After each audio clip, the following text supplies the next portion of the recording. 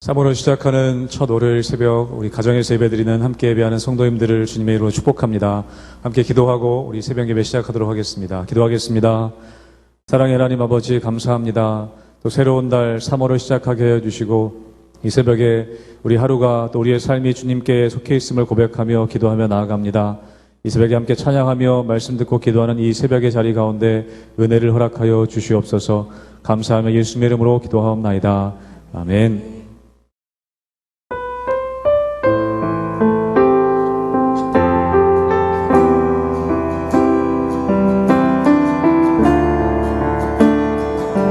함께 고백합니다. 예수를 나의 구주 삼고 예수를 나의 구주 삼고 성령과 피로써 거듭나니 이 세상에서 내 영혼이 하늘의 영화 누리도 예수를 나의 구주 삼고 예수를 나의 구주 삼고 성령과 피로써 거듭나니 이 세상에서 내 영혼이 하늘의 영화 누리도 이것이 나의 간증이요 이것이 나의 간증이요 이것이 나의 찬송일세 나 사는 동안 끊임없이 구주를 찬송하리로 온전히 주께 맡긴네요 온전히 주께 맡긴네요 사랑의 음성을 듣는 중에 천사들 왕래하는 것과 하늘의 영화 보리로 이것이 나의 간증이요 이것이 나의 간증이요 이것이 나의 찬송일세 나 사는 동안 끊임없이 구주를 찬송하리로 주 안의 기쁨 누림으로 주 안의 기쁨 누림으로 마음의 풍랑이 잔잔하니 세상과 나는 간 곳 없 구속한 주만 보이도다 구속한 주만 보이도 아멘 이것이 나의 간증이요 이것이 나의 간증이요 이것이 나의 찬송일세 나 사는 동안 끊임없이 구주를 찬송 이것이 나의 간증이요 이것이 나의 간증이요 이것이 나의 찬송일세 나 사는 동안 끊임없이 구주를 찬송하리로다.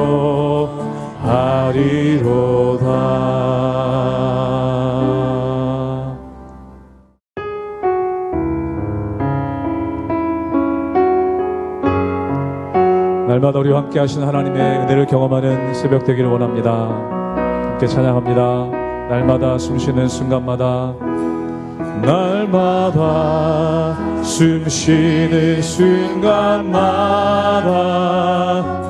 내 앞에 어려운 일 보내 주님 앞에 이 몸을 맡길 때 슬픔 없네 두려움 없네 주님의 그 자비로운 손길 항상 좋은 것 주시도다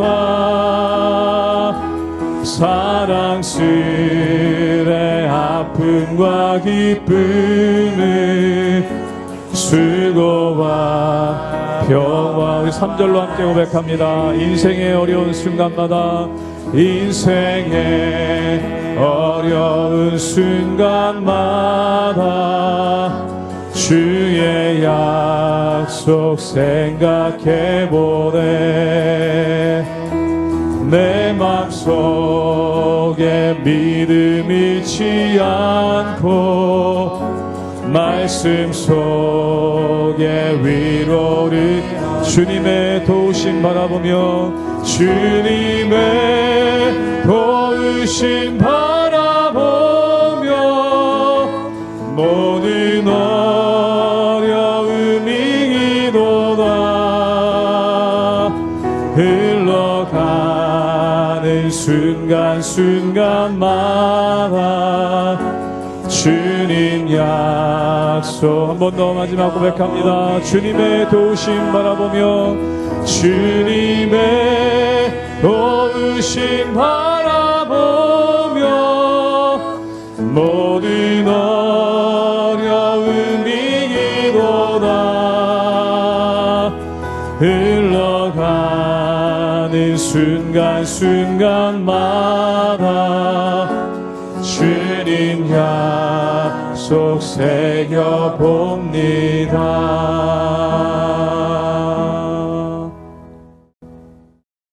할렐루야. 우리 성도님들 삶 가운데 날마다 은혜와 축복이 넘쳐나시기를 주님의 이름으로 축원합니다. 벌써 3월이 되었습니다. 우리가 2020년을 시작한 지 얼마 되지 않은 것 같은데 이제 겨울이 지나고 완연한 봄이 왔죠.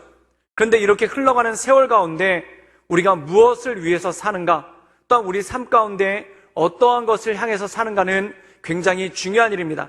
사람들이 말 그대로 우리 인생 가운데 아무 고난도 없고 또 아무 염려도 없는 꽃길만을 걷기를 원하는 것이 사람들의 마음입니다.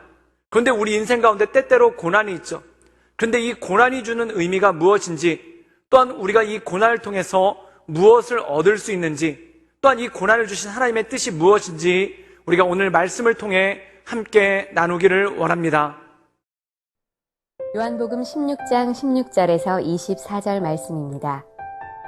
조금 있으면 너희가 나를 보지 못하겠고 또 조금 있으면 나를 보리라 하시니 제자 중에서 서로 말하되 우리에게 말씀하신 바 조금 있으면 나를 보지 못하겠고 또 조금 있으면 나를 보리라 하시며 또 내가 아버지께로 감이라 하신 것이 무슨 말씀이냐 하고 또 말하되 조금 있으면이라 하신 말씀이 무슨 말씀이냐 무엇을 말씀하시는지 알지 못하노라 하거늘 예수께서 그 묻고자 함을 아시고 이르시되 내 말이 조금 있으면 나를 보지 못하겠고 또 조금 있으면 나를 보리라 함으로 서로 문의하느냐 내가 진실로 진실로 너희에게 이르노니 너희는 곡하고 애통하겠으나 세상은 기뻐하리라 너희는 근심하겠으나 너희 근심이 도리어 기쁨이 되리라 여자가 해산하게 되면 그때가 이르렀으므로 근심하나 아기를 낳으면 세상에 사람 난 기쁨으로 말미암아 그 고통을 다시 기억하지 아니하느니라. 지금은 너희가 근심하나 내가 다시 너희를 보리니 너희 마음이 기쁠 것이요 너희 기쁨을 빼앗을 자가 없으리라. 그날에는 너희가 아무것도 내게 묻지 아니하리라. 내가 진실로 진실로 너희에게 이르노니 너희가 무엇이든지 아버지께 구하는 것을 내 이름으로 주시리라. 지금까지는 너희가 내 이름으로 아무것도 구하지 아니하였으나 구하라 그리하면 받으리니 너희 기쁨이 충만하리라.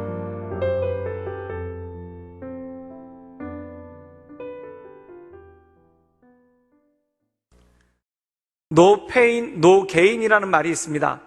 이 말의 뜻은 고통이 없으면 얻을 수 있는 것이 아무것도 없다라는 뜻이죠. 우리 삶 가운데 보면은 무엇인가를 얻기 위해서 또한 무엇인가를 갖기 위해서는 반드시 고통이 동반된다는 내용입니다. 학생들이 시험을 잘 보려면은 공부를 열심히 해야 되겠죠. 근데 재미로 공부하는 사람, 즐거움으로 공부하는 사람이 얼마나 있겠습니까? 고통을 참아가면서, 어려움을 참아가면서 공부를 할 때 그것에 대한 합당한 결과가 삶 가운데 나온다는 것이죠. 오늘 말씀 가운데 보면은 예수님께서 십자가와 부활에 대해서 설명하고 계십니다. 십자가는 고난과 고통이고, 또한 부활은 우리 삶 가운데 힘과 능력, 또한 기쁨이 되는 것이죠. 그런데 이 부활의 기쁨을 얻기 위해서 반드시 거쳐야 되는 것이 무엇인가? 바로 십자가의 고난이 있어야만 한다는 것입니다. 오늘 예수님께서는 제자들에게 예수님께서 십자가를 질 것을 말씀하시면서 이 십자가의 고난의 의미가 무엇인지, 고난으로 끝나는 것이 아니라 바로 우리 삶 가운데 부활의 영광이 있다는 것을 말씀하고 있는 것을 볼 수가 있다는 것입니다. 우리 함께 요한복음 16장 16절의 말씀을 함께 보도록 하겠습니다. 조금 있으면 너희가 나를 보지 못하겠고 또 조금 있으면 나를 보리라. 이 말씀 가운데 보면은 너희가 나를 보지 못하게 될 것이다. 이것은 무엇입니까? 예수님께서 십자가에서 죽으시고 또한 고난을 받으실 것에 대해서 말씀하고 있는 것이죠. 또 이어서 바로 이렇게 말씀하십니다. 또 조금 있으면 나를 보리라. 이 말씀의 의미는 무엇입니까? 예수님께서 부활하시고 그 영광 가운데 우리가 참여하게 되는 것을 주님께서 우리에게 말씀하시는 것이죠. 그런데 예수님께서는 이것을 비유로 들어서 설명하십니다. 그 비유가 무엇인고 하니 바로 어머니가 아기를 낳기 전에 산고의 고통을 치른다는 것입니다. 그 산고의 고통을 치르고 아기를 얻는 기쁨을 얻는다는 것이죠. 그것에 대해서 요한복음 16장 21절에 말씀하고 있습니다. 우리 함께 보도록 하겠습니다. 여자가 해산하게 되면 그때가 이르렀으므로 근심하나 아기를 낳으면 세상에 사람이 난 기쁨으로 말미암아 그 고통을 다시 기억하지 아니하느니라. 많은 어머니들이 그런 얘기를 합니다. 저희 아내도 그런 얘기를 했는데, 첫째를 낳고 나서 내 다시는 아기를 낳나 봐라, 내 다시는 애를 낳나 봐라, 이렇게 이를 갈면서 생각을 한다고 합니다.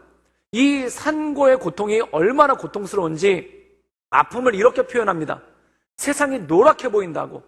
세상이 노랗게 보이다가 갑자기 꺼멓게 아무것도 안 보이면은 그때 아기가 응애 하고 나온다는 겁니다. 근데 그 고통이 얼마나 심한지 이로 말할 수가 없죠. 근데 아기가 나와서 응애 하고 우는 소리를 듣는 순간 그때 그 고통이 씻은 듯이 사라진다고 합니다. 그리고 이 아기의 얼굴을 보는 순간 기쁨이 넘쳐나게 되죠. 그리고 그 아기가 자라나는 모습을 보면서 산고의 고통이 극심한 고통이지만 그 아기의 예쁜 모습을 보면서, 또한 아기가 자라가는 모습을 보면서 어느덧 산고의 고통을 잊고 둘째 또 셋째를 낳는 그런 일이 생긴다는 거죠. 이것이 무엇입니까? 아기를 낳는 고통이 크지만 아기를 키우는 기쁨, 또한 아기가 주는 즐거움이 훨씬 더 크기 때문에 그렇다는 것이죠. 예수님께서 십자가를 지신 것이 바로 그것입니다.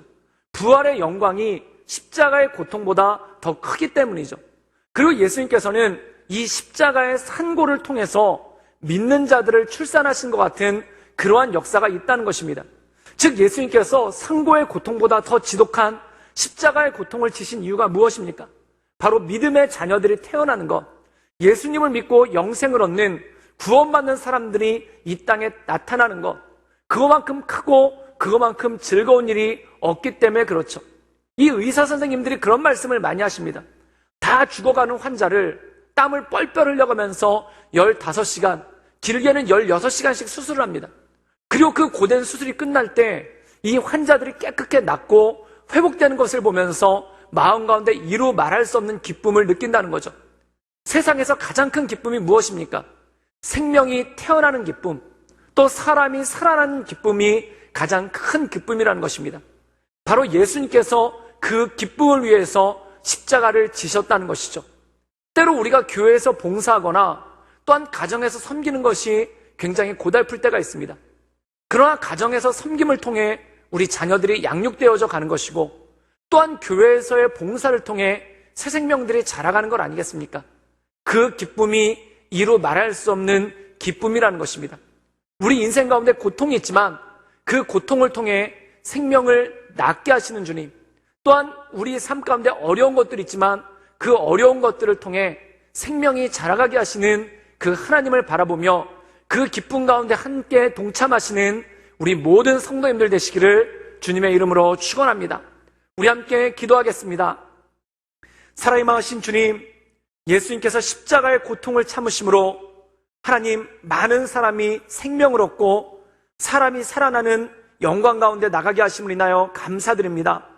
어머니들이 출산의 고통이 너무 고통스럽지만 태어난 아기를 보고 기뻐하듯이 하나님, 우리가 이 땅 가운데 살아갈 동안 가정에서 섬기는 것이 때로 지칠 때가 있고 또한 교회에서 봉사하는 것이 시험에 들고 어려울 때가 있습니다. 그러나 가정에서 섬김을 통해 자녀들이 자라나가고 또한 교회에서의 봉사를 통해 새로운 생명들이 믿음 가운데 굳게 서는 것을 바라보며 우리가 하나님의 마음을 가지고 이 모든 것을 감당하게 하여 주시옵소서. 예수님의 이름으로 감사하며 기도드리옵나이다. 아멘.